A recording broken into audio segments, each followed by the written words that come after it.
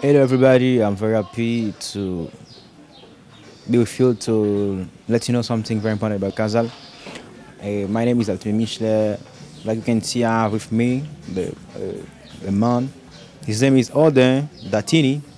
She's gonna let you know a lot of things about Kazal. He's gonna give you some information very important about Kazal. I think that will be good for you. The first question. Bonjour, père, comment vous êtes?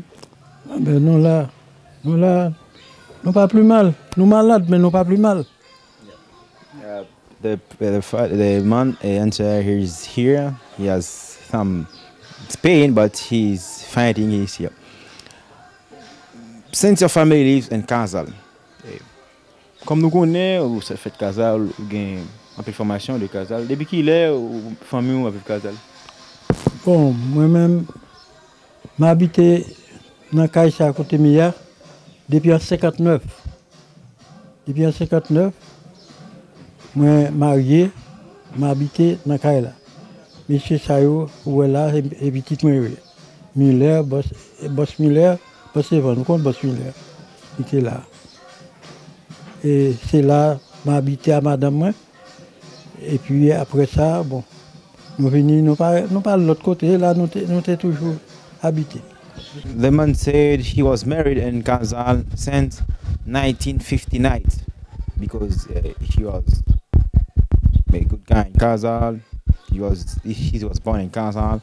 He has a lot of time in Kazal. In his house, he was married here with his wife, and then he don't go anywhere. He was stay in Kazal. How did you identify with your ancestors about Polish descent? Et comme nous connaissons des descendants ou c'est des descendants polonais, comment vous identifiez avec les autres polonais qui sont la Pologne? Bon, c'est là où nous ici, nous connaissons que c'est famille nous, famille polonaise, mon Casalio, c'est là où nous ici, nous reconnaissons. Même pas aucune communication avec eux pour l'autre bord. The man said, his son said, with the color of eyes, color of skin, with the hair, if by this possibility he know he has ancestors Polish who live in Poland. How large your family was before the tragedy on March 27, 1969? Qui grosse famille ou t'es qui fallait mettre dans la famille avant massacre là t'es passé Kazal dans l'année 1969? Bon, moi j'étais chef section en 67.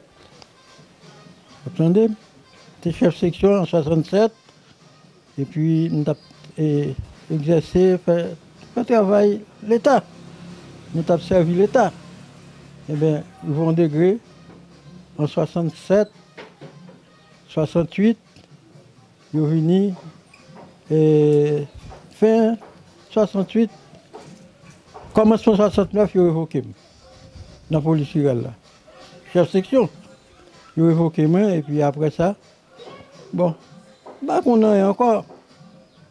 Sam Sibi m'a décrété comme ça, ils ont 69 paraître, on prend les 69 venus entrer dans l'année, commencer, continuer, et puis les nouvelles en masse. Le nouveau en mars 69, et bien ça passé moi, ça arrêté, moi ils ont arrêté, ils ont dans la prison cabaret. Il fait 22 jours dans la prison cabaret. Théophile est ensemble avec moi, nous sommes ensemble dans le cabaret. Et bien après ça, je suis venu. Bon, ils ont maltraité moi, ils battent moi, ils prennent cours en pile. En pile. Nous maltraités en pile en 69 ça. The man said his family was very big. It's very big because he's born in Kazal. There was a lot of person in Kazal. The man said he was a leader. He was the leader of Kazal in 1967. But in 1960, in the beginning of 1969, the president has put him out in his job because he is worked for the government. And in the March on 1969, the chief come in Kazal. They sent him in cabaret. He passed 22 days in the prison after they give him a lot of olive, a lot of slap, a lot of cup battle. In this case, he was very tired. He was very bad, and after they come him back in Kazal. How you change your life after losing your family in this tragic day? Comment ou même on peut faire pour vivre après faire di famille ou dans massacre ça dans Kazal? Eh ben, nous vivons, Jean bon Dieu, voyez-nous, nous vivons quelconque, mais nous supportons en pile, nous en pile échec, nous passons, et dans Kazal, nous perdons, en pile parents nous perdons, nous perdons en pile bien nous, bah, ça y est. Et puis, après ça, nous là, moi-même, nous venons supporter, tout le temps malade, bah, ça y est, cause bah, ça, maltraité nous, tout le temps malade, madame moi vient malade, pendant que j'étais en prison, madame moi était en grossesse, pendant la prison, là, j'ai arrêté en 69, en mars 69, 27 mars 69, j'ai arrêté moi, et 28 mars 69. Il y a madame était en pleine Saint-Hilaire, et bien ça permet que nous supporter en pile échec dans le bagage là, en pile échec, nous supporter, nous faire en pile bah qui pas bon, nous jouons en pile bah qui pas faire nous plaisir, pas bon même pour nous dans Kazal. Depuis ça, enfin, ça a un problème en pile. Mr. Oden says that was a bad moment for him because after lost other family, because when the chief had taken him in 28 on 1969 to lead him in the prison cabaret, his wife was have some disease. In this case, that was a bad time because he wasn't there to take care of his wife. He has a lot of problem. He was very bad because he has received a lot of slap in his body. What, in your opinion, caused the murder in Kazal? D'après vous-même, qui ça qui a causé toute dérive ça, tout dégâts ça dans Kazal, massacre ça dans Kazal? Bon, ça qui a causé massacre là, c'est ton chef section qui t'a gagné avant moi-même, t'es chef section. Je t'ai venu révoquer chef section ça, qui était le Saint-Ville, je t'ai révoqué, et puis moi-même, je venu choisir moi comme un citoyen honnête. Je te prends un bon citoyen qui fait, c'est moi je te mettais dans la place là. Et bien, je viens pas remettre moi, peut-être job là, et bien ça qui passe, c'est ça qui fait me supporter, me subir, vous comprenez? Mais, tu as lui-même chef, et il a protesté contre le chef section, il a eu un problème. Avec M. Jérémy, il a eu un problème. Alors qu'il est là, ils vont degré. Enfin, monsieur retourné, après moi, je quitté le chef section, il a révoqué moi, il reprend monsieur cette ville encore. Là, il vient reprendre encore, et bien, ça qui passait, il continue à servir, et puis pendant ça, monsieur même protesté contre lui, monsieur et pas de problème avec elle. Il était tiré sur Jérémy, et puis Jérémy pas te prend, et puis il y a eu un problème. Et puis monsieur fait, t'es venu sortir, bah ça y est, entrer, il n'est pas capable de vivre avec eux-mêmes, il n'est pas de vivre nous-mêmes dans la zone. C'est ça qui permet que bah, ça t'est passé, je ne t'ai passé dans Kazal. Mr. Ode said, in his opinion, the main thing was caused the murder in Kazal is because there was a chief accession, a leader in Kazal. His name was Centerville, but he was before Mr. Ode. Mr. Ode, because the people of Kazal didn't want Mr. Centerville, they put him out after they choose Mr. Ode. After 2 years, the government put Mr. Ode out. They choose another time again Mr. Centerville. In this case, the people of Kazal didn't accept that. They started to make a lot of thing in the zone. Some of the time they fighting. There are a lot of bad thing in the zone because they didn't accept this man whose name Saint-Herville, who physically executed the murder of 23 Kazan residents. D'après ou même, qui croit dans le gouvernement qui était venu tuer les gens dans Kazal?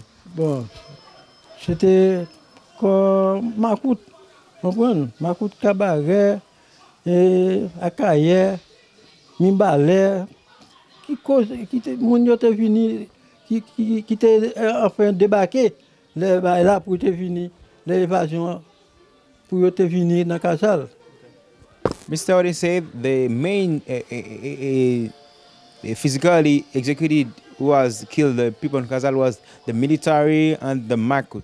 The Makut of Kambare. The Makut is a team of police who was an AD in the government of Duvalier. It's them who has killed the people in Kazal.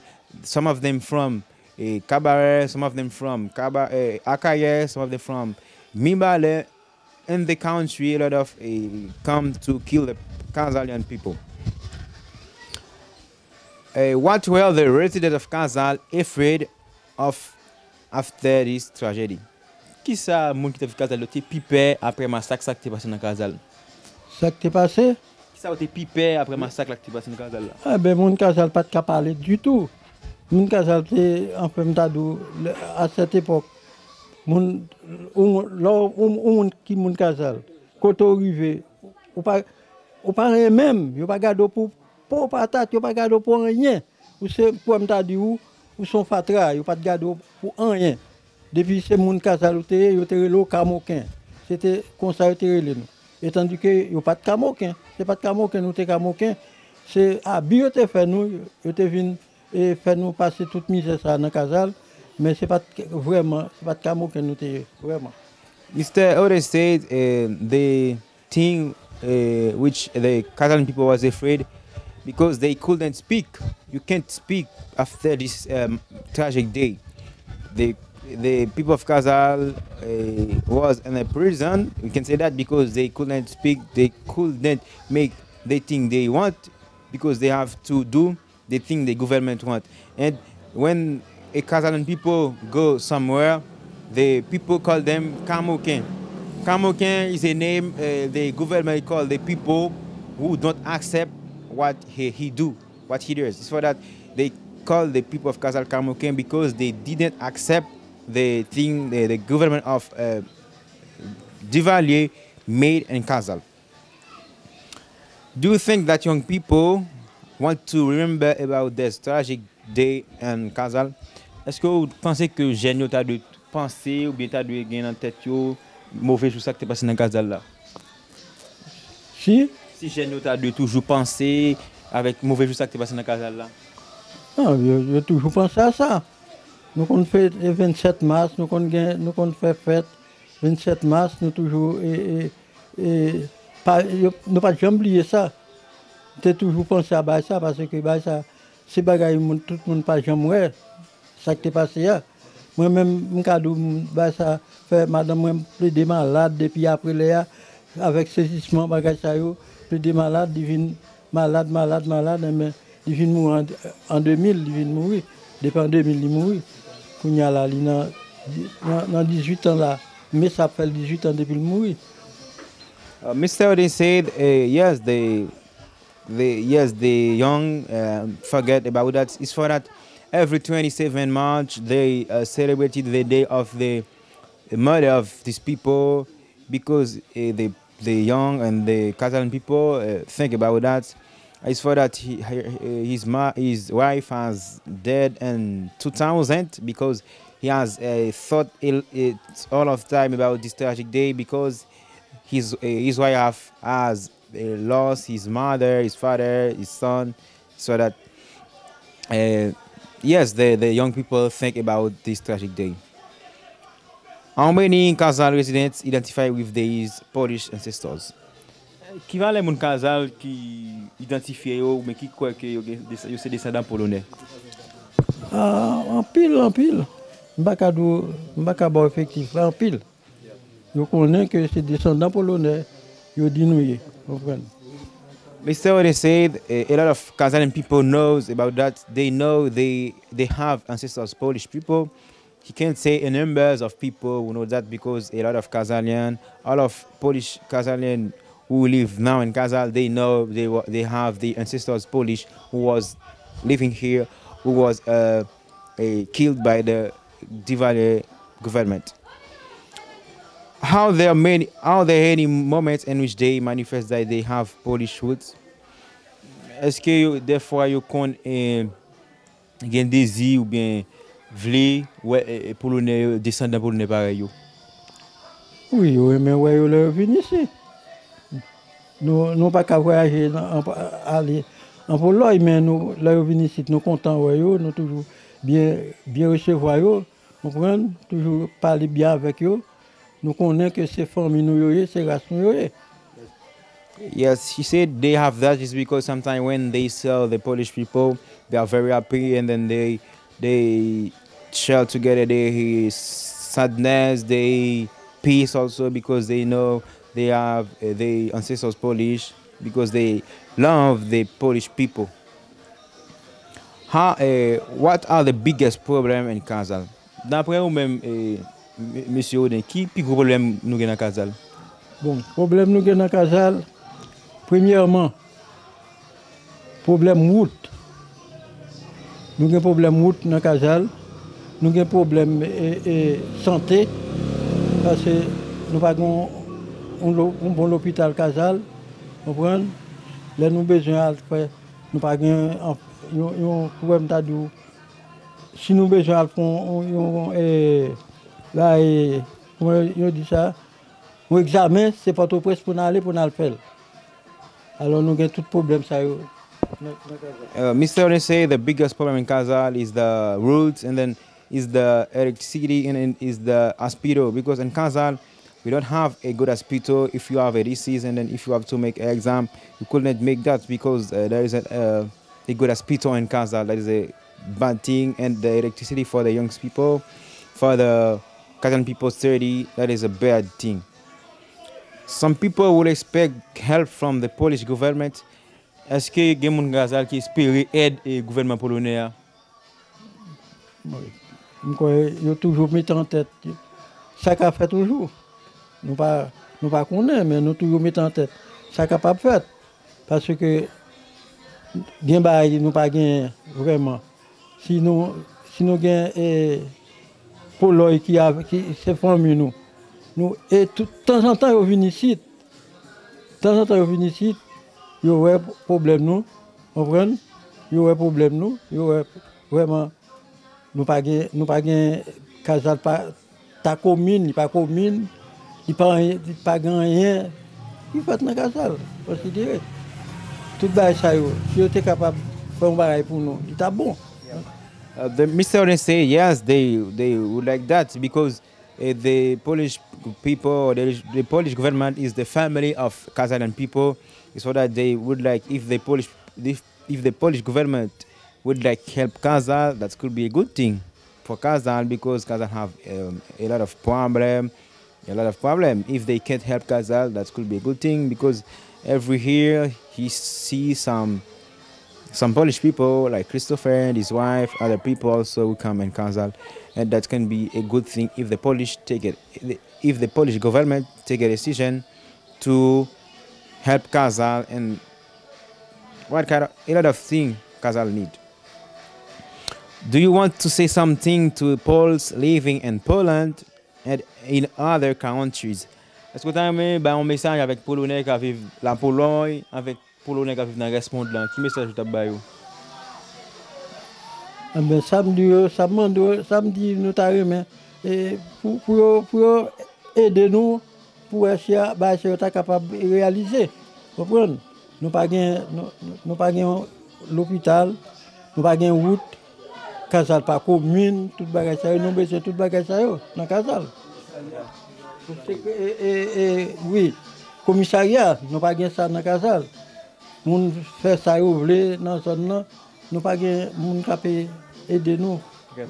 The minister say if you have a message to give to the Poles living in the Poland or another country is to help Kazal in all of problems it has, like roads, like hospital, like the public office, to help the chief to lead Kazal, because sometimes they don't have a good office to help the people, and to help the electricity of Kazal for the young people. That can be a good thing for Kazal. Père Abdou, merci pour cette interview. Nous remercions. Ok. Ok. Okay, Mr. Oden said us thank you for your watching, and then he think the Poles who are living in the world is gonna think about Kazal, gonna think for Kazal, gonna take a decision to help Kazal and his problems, because that can be a good thing. Kazal, télévision polonais, Michelet Altimi.